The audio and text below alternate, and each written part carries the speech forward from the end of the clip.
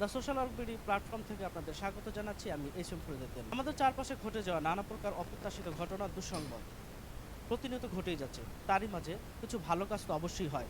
আর এই ভালো কাজগুলোকে কিছু লোক রয়েছেন যারা তাদের উৎসাহিত করে আছেন এই ভালো কাজগুলোকে। তেমন একটি প্রতিষ্ঠান রয়েছেন দ্য ভালো কাজের হোটেল। প্রতিষ্ঠানটি ২০০৯ সাল থেকে মানুষকে ভালো কাজে উৎসাহিত করে আছেন এবং যারা প্রতিদিন ভালো কাজ করেন তাদেরকে বিনামূল্যে তাদেরকে খাবার খাওয়া। আজ আমরা তেমনই একটি অনুষ্ঠানে উপস্থিত হয়েছি ধানমন্ডি দ্য অর্চার্ড কনভেনশন হলে, যেখানে ১,০০০ পথ শিশুদের নিয়ে তারা ইফতারের আয়োজন করেছেন। আজকে আমরা সে বিষয়গুলো আপনাদের সম্মুখে দ্য সোশ্যাল মিডিয়ার মাধ্যমে তুলে ধরব। চলুন দেখি।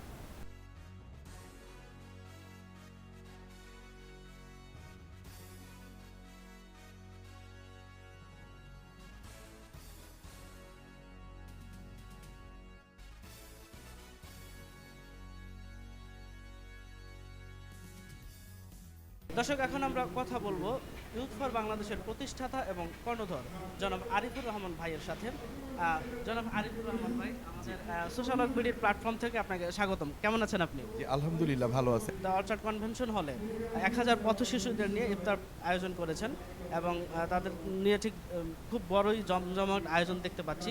তো কি উদ্দেশ্যে বা কেন এই আয়োজন যদি আমাদেরকে বলতেন।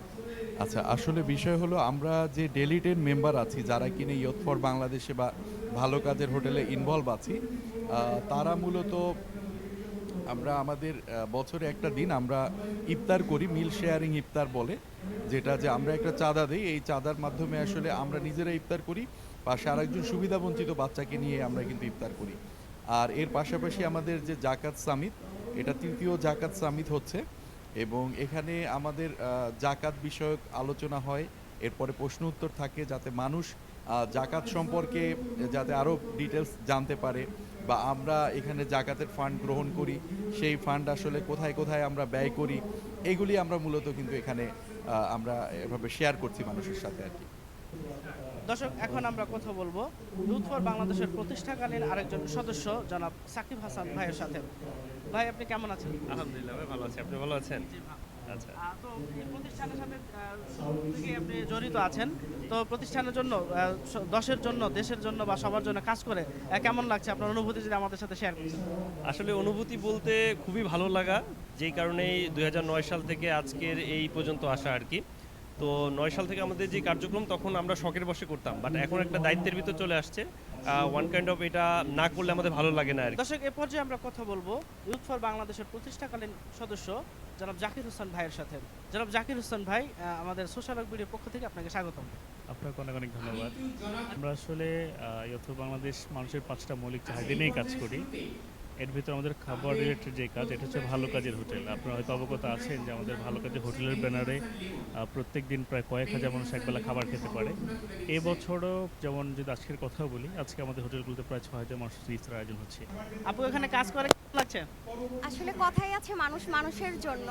আমরা মানুষ হিসাবে মানুষের উপকারে সবসময় আসতে চাই, কিন্তু একান্তভাবে সেটা হয়ে ওঠে না। আমি যখন থেকে এইখানে সম্পৃক্ত আছি, আমি একান্তভাবে আরও সবার সাথে মিলে সবার উপকার করতে পারছি, সবার পাশে থাকতে পারছি। আমি অনেক মানসিক শান্তি পাচ্ছি। সবাই করতালির মাধ্যমে আজকে আমাদের এই শিশুদেরকে অভিনন্দিত করি এবং স্বাগত জানাই। তো এখানে এসে কেমন লাগতেছে?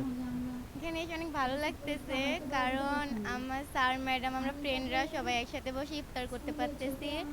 বাসে থাকলে তো ওইটা করা হয় না, এই জায়গায় এসে সবাই একসাথে করতে পারতেছি, তো অনেক ভালো লাগতেছে, অনেক খুশি। তোমার নাম কি? আসসালামু আলাইকুম, আমার নাম সামিয়া, আমি ডেলটেল স্কুলে পড়ি। এখানে এসে কেমন লাগছে? ভালো লাগছে। প্রতিদিনই অন্তত একটা হলেও ভালো কাজ করা।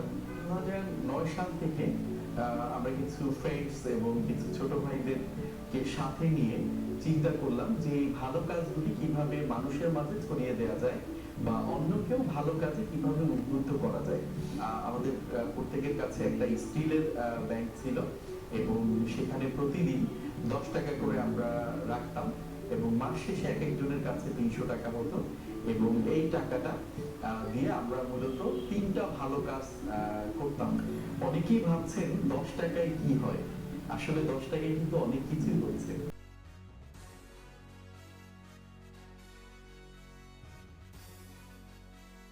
আসুন আমরা প্রতিদিন একটি করে ভালো কাজ করি এবং আমাদের চারপাশে যারা রয়েছে তাদেরকে ভালো কাজ করতে উদ্বুদ্ধ করি।